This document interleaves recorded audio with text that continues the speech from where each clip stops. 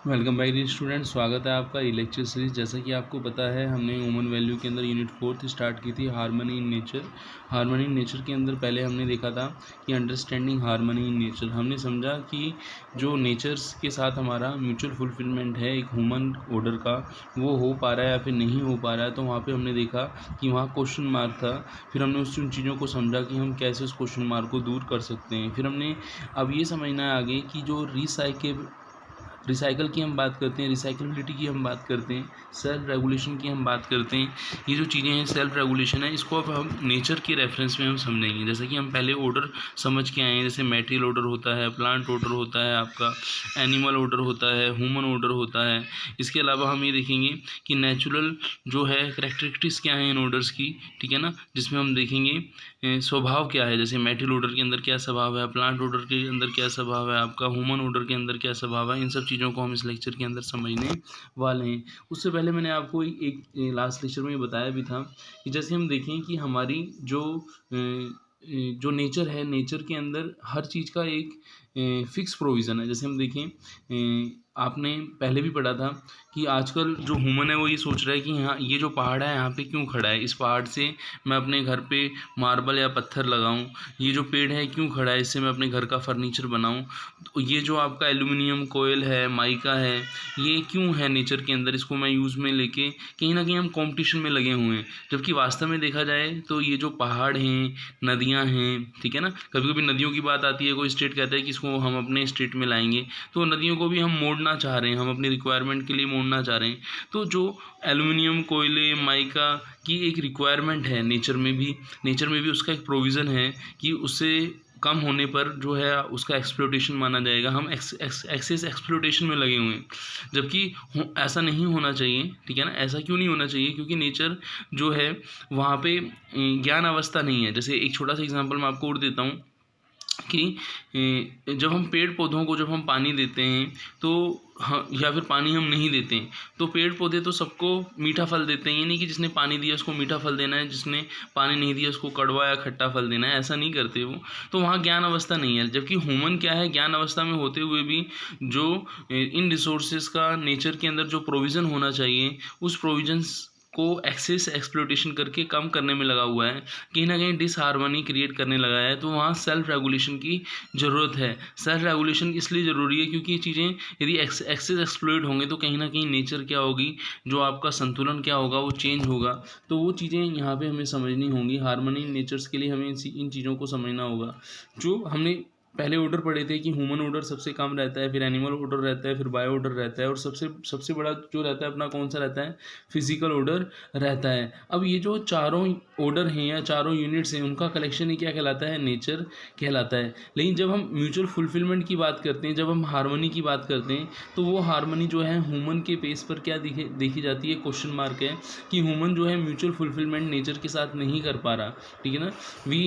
We don't have to create it, कि हम mutual fulfilment को नेचर के साथ नहीं कर रहे, तो कहीं ना कहीं वो प्रॉब्लम क्रिएट करेगा। और वो जो प्रॉब्लम होगी, वो प्रॉब्लम डे बाय डे क्या होगी, बढ़ती जाएगी। जैसे कि मैंने आपको बताया था कि हमारे एनवायरनमेंट के अंदर देखें, जो अपना ग्लेशियर पिघल रहे हैं, जो गैसेस का लेवल आपका चेंज होता जा रहा है, जो जिस लेवल पर जिस परसेंटेज पर थी वो परसेंटेज चेंज होती जा रही है।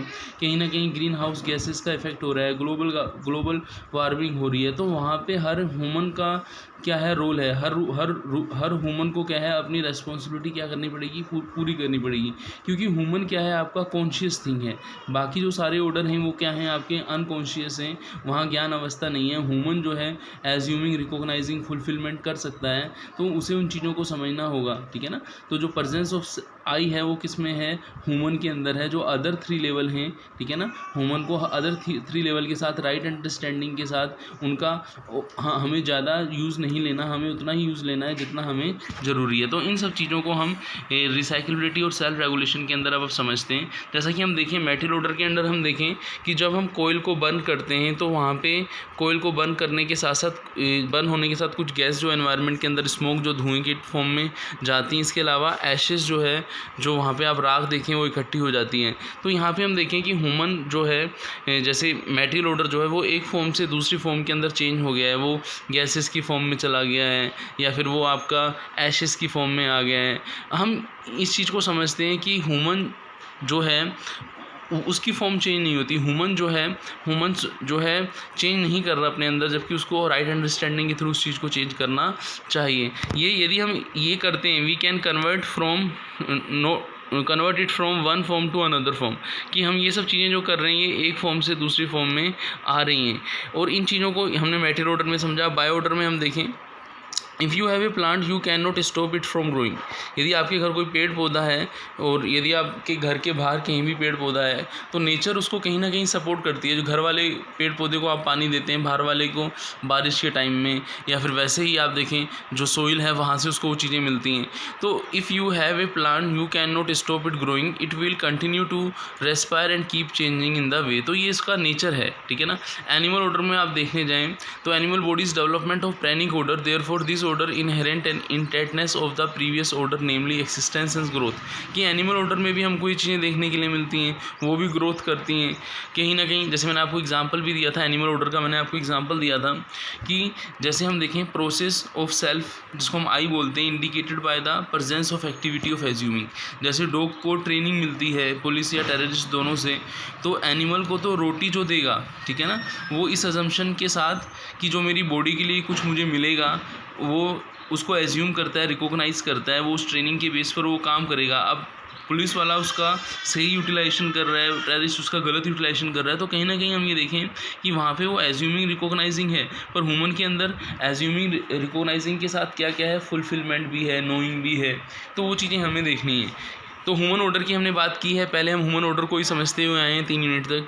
We look at the human being, we find that existence and growth are fundamentally present in the body just as in a animal. The level of I however is additional will to live. कि human के साथ जो है, जैसे animal का हमने example लिया था, वहाँ आई नहीं है, वहाँ बॉडी है, लेकिन यहाँ पे आई है। आई का ह्यूमन क्या कर सकता है, यूटिलाइजेशन करता है। Eye is a instrument of control body, वो बॉडी को कंट्रोल करने के लिए उसको यूज़ में ले सकता है। अब हम समझते हैं नेचर करेक्टरिस्टिक्स, इन चीज़ों की नेचर क्या है, इन ऑर्डर्स की स्वभाव क्या है। तो हम देखें तो मैटेरियल ऑर्डर के अंदर हम देखें, मैटेरियल ऑर्डर की हम बात देखें तो हमने एक टेबुलर प्रेजेंटेशन के अंदर देखा था कि कंपोजिशन डिकम्पोजिशन करते हैं। जैसे पेड़ हैं, पेड़ बड़े होते हैं, पेड़ के पत्ते गिरते हैं, ज़मीन के साथ दोबारा मिल जाते हैं, तो वो जो कंपोजिशन डिकम्पोजिशन दोनों होता है। ऐसे एक छोटा एग्जांपल आप ऐसे लें, हम क्या करते हैं, सोइल से क्या बनाते हैं, ब्रिक्स बनाते हैं, ब्रिक्स से टावर बनता है, तो ये कंपोजिशन है। और यदि वही टावर जब तोड़ते हैं तो वो नीचे गिरेगा, वो कहीं ना कहीं सोइल से मिलेगा नहीं, ये डिकम्पोजिशन है। तो मैटेरियल ऑर्डर के अंदर आपको क्या मिलता है, बोलो, कंपोजिशन डिकम्पोजिशन मिलता है। यदि हम प्लांट की बात करें तो प्लांट क्या है, प्लांट के अंदर आप देखें, यदि आप ऐसी चीज़ें खाते हो जिससे आपको नर्चरिंग मिलती है। Vegetable is a pranic unit, our body also pranic unit. If I eat vegetable it will help my body to grow. ये हमारी बॉडी के नर्चर में हेल्प करेगा। वहीं कोई पर्सन है, यदि कोई ऐसी चीज़ खाता है, नशे की कोई चीज़ खाता है, तो उससे क्या होगा, if I eat dhatura the thorn apple another pranic unit it will worse the my body.